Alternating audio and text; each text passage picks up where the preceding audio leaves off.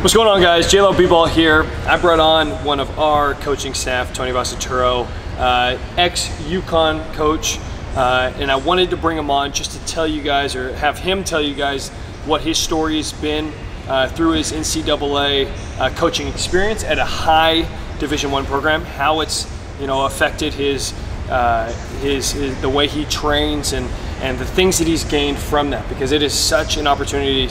It's such a fortunate opportunity that he was blessed with to be able to be in that position. It's something that I know you guys will be able to get a lot out of. So, Tony, I'm going to leave it open to you. You can kind of talk about how you got into that, the opportunity of being on the Uconn coaching staff. Awesome, love it.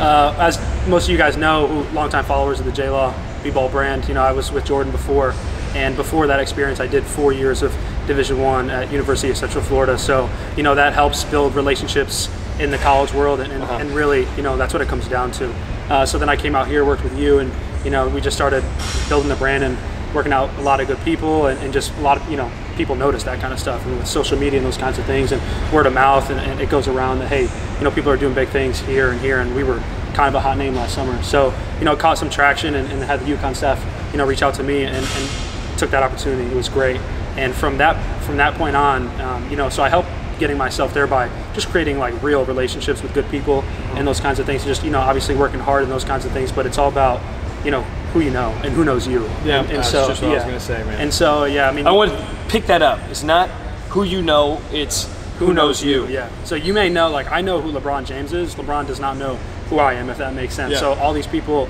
they come around and they say, oh, I actually know who Tony Vasaturo is. I know his work ethic. I know what he's willing to put into the game, and he's an asset to a program. So so that's where my opportunity came. Yeah. And from that experience, differentiated from my first Division I experience a lot, because as you noted, that was a much higher level. And so I got to see how like a championship level program was run.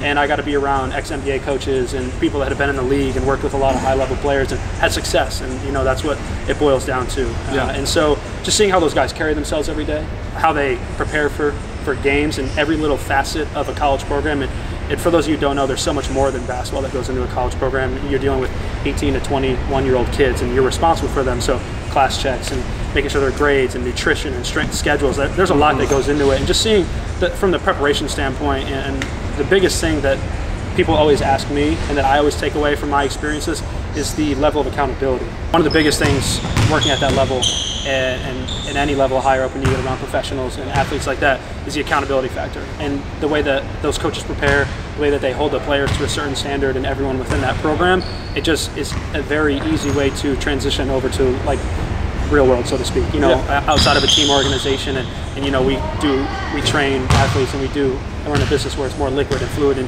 kind of have to figure out different kinds of things, and there's a lot of moving pieces, and just that ability to know where you have to hold yourself to and that certain standard is just unbelievable. Yeah, it's from something to take away, because in any profession there's days where you wake up and you're like, man, I don't want to go to work today, or I really don't feel like it, or I can kind of cut these corners. But then you see people who are successful and where you want to be. Coach Kevin Ollie won a national championship, and I got to spend so much time with him. Yeah. Be kind of his right man. That's big time right-hand man for a year. Yeah. And so somebody who played in the league for 12, 13 years, been around teammates with Kevin Durant and LeBron James, and like all these big time players, and seeing how he carries himself daily is just invaluable, to be honest, because I wake up and I'm like, if he can do that, why can't I? If somebody who's done what he has done, has worked so hard, and is able to hold his players to a certain standard, and hold a program to a certain standard, and do things a certain way, obviously that equates to success. So I need to be able to carry that over in everything that I do. Yeah, that's big time. And I feel like there's so many people out there that want to be involved with basketball from a trainer standpoint, from a coach standpoint, but they don't really know like the differences between like a trainer or a coach. And you had the opportunity to be a little bit of both. Like you started off in a D1 program at USF.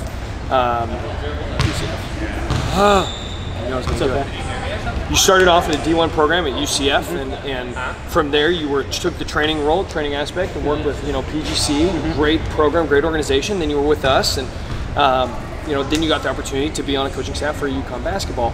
Can you just talk maybe a little bit about the similarities and differences between those two positions of being a trainer and being a coach, and which ones you liked, or which one you liked more? Absolutely. Okay. Yeah. So for me personally, what I love as we're in sports, everyone, you know, that's around sports, you're part of a team, you have that bond that you can't match it. It's a family. Anyone that's been a part of it, you know, like your team is something else. Like it's a second family. There's a special bond. Like you go on the road together, you have meals together, you spend so much time together. It's an awesome feeling. But at the same time, you have the team's best interest in mind. And so to me, it was tough seeing kids who love the game of basketball, were putting in work, maybe not seeing the results because they just maybe weren't as talented, or, you know, they were struggling to find their roles and different things because everyone wants to be, you know, starting five and do this kind of thing. And so, but everyone needs to have a role. There's 12 roles, 15 roles that are important in the game of basketball that are all, you know, equally as important. And to get those people to understand that, you have to kind of, sometimes you're hurting personal feelings. You're having a team agenda as opposed to a personal agenda. Yeah. And I'm a very personable person, and I love to deal with people. What I love so much about the training aspect of it is you're allowed to have that person's best interest in mind. And every single one of your clients who walk through the door, like you're really in it to help them get the most out of like life, basketball, any kind of experiences, teach them, and you want them to succeed in all facets, as opposed to, hey, you know, the team's going in this direction and you're kind of going in this direction. We can't really help you, so, you know, we're gonna have to move a different way. And, you know, kids have to grow up and they have to learn and go through those kinds of things. But for me personally, like, I just want to help every single person I come across, and even I will do everything in my power. So I think that my love for training came out in that, and that was a big difference for me, was team versus an individual, and being able to try and get everyone to, you know, reach their goal or even past that, and teach those people lessons and those kinds of things. And I also, taking a step back on the training perspective, it's more basketball related, and you are able to build that relationship with the team. You have a lot of restrictions in college, hour restrictions, things you're allowed to do with your athletes, and you also, you know, there's, like I said, there's more than just basketball. So for me, those are two things that really stood out from a training perspective. You have each individual's best interest in mind, and it's really all about basketball as well as life, but you're able to focus on court a lot more, and there's no restrictions to it. Micro versus macro. Yeah. That was one of the things, like for me, like I just hated, not necessarily hated, I did the whole coaching route from a lower level spectrum, but I just couldn't stand the fact that I had to look over so much in order to gain the, you know, the growth and the development of, you know, the whole team as an aspect, as a whole. So I'm with you on that. That's brilliant. Now, what would you think would be the best thing that you took away from Uconn that helped your training business, you know, after you left? Yep. So, you know, it ties into accountability, but it's also just seeing how the coaches and the players approach the game and how, like, serious they take it, because you get to a certain point where it becomes a business, but you still have to strike the balance of, you know, having fun. You played at a high level professionally, like, you want to make it fun, but at the end of the day, it does come down to winning. And, you know, there's a lot of things that go into it, but just seeing the amount of hours of preparation that they put into their craft. You know, we spent hours on hours preparing for every single game, every single opponent, scouting individuals, you know, scouting players to bring into your program. Like, the amount of time putting into your craft, and not just being able to show up and, you know, I'm gonna just walk into the gym and just start training, you know, kids without a plan.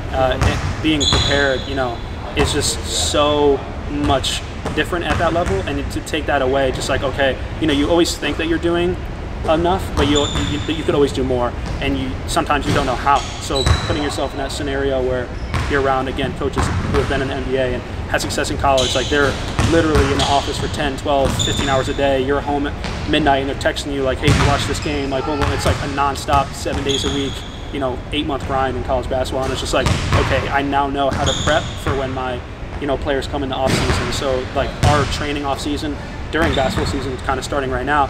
Going to put a lot of time into the preparation aspect of becoming a trainer. So kind of just like any profession, you know, you need to always do more than, you know, your 9 to 5. You need to be putting in hours outside of it. And if you really care about it and care about your players, I think that's a big thing that I took away from it. And it shows, like, you know, when you talk to guys, our clients, and, you know, we have some of our NBA guys in the gym, you're like, hey, you know, I watched when we did this, boom, boom, boom. And they kind of have like this look on their face, like, okay, you know, you gain that respect because they know you really care, because you're preparing and you're watching stuff on them because you're trying to get them better. Yeah. And now, for those of you guys that may be out there thinking like, man, you know, we're seeing all this stuff on social media, we're seeing all this stuff, and you know, out there now that, you know, they can become a trainer, they can become a coach from an NC2A program. You know, what would be that maybe they don't know their direction? What would be your main, like, suggestive advice? And it could be subjective, completely subjective, But what would be your advice to that person who's trying to figure out whether they want to be a trainer or a coach, and how to, like I said, strike that balance or figure out who they are, who they want to be within this role? Well, that's a great question, and I think that a big thing that I hold dear to my heart, and it's helped me get to where I am. People are afraid to ask for help, and there's more people willing to help you than you think. It's just people, again, are afraid to ask. So you got to seek out people. Like Jordan and I met each other via me reaching out to him through social media, and relationships build, through chemistry and other things. But being able to, wherever you are, there's college programs around, there's high school programs around, there's trainers around.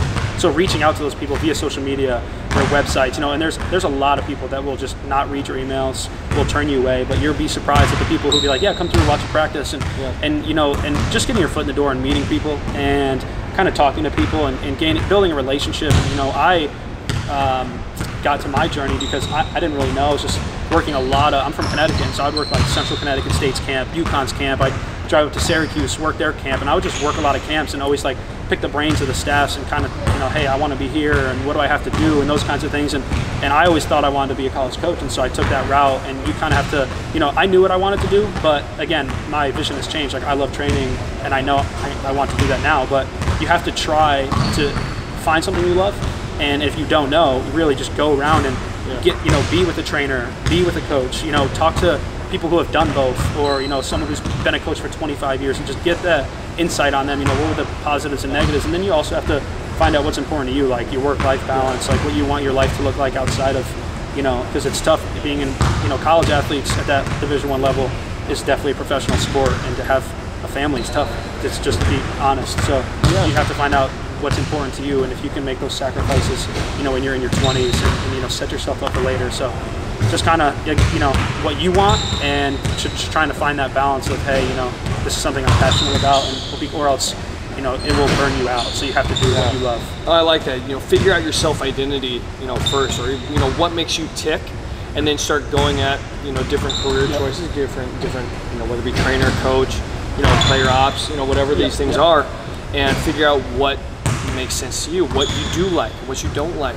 Because I guarantee you, like you said, like if you reach out to somebody right away, within the first week or couple weeks of doing whatever that is, a lot of that appeal, or what made appeal to you, for that career choice, might wear off. Right. And it might, be a little bit of fool's gold. So there's a lot of things that you'll figure out within that process, but I think you hit the nail on the head, Tony, with a lot of great responses. But that last one, man, figure out your self-identity, and then just go out there, put yourself out there, put yourself in a position to test the waters and potentially fail or succeed. That's going to help you with your direction. Absolutely. Big time, man.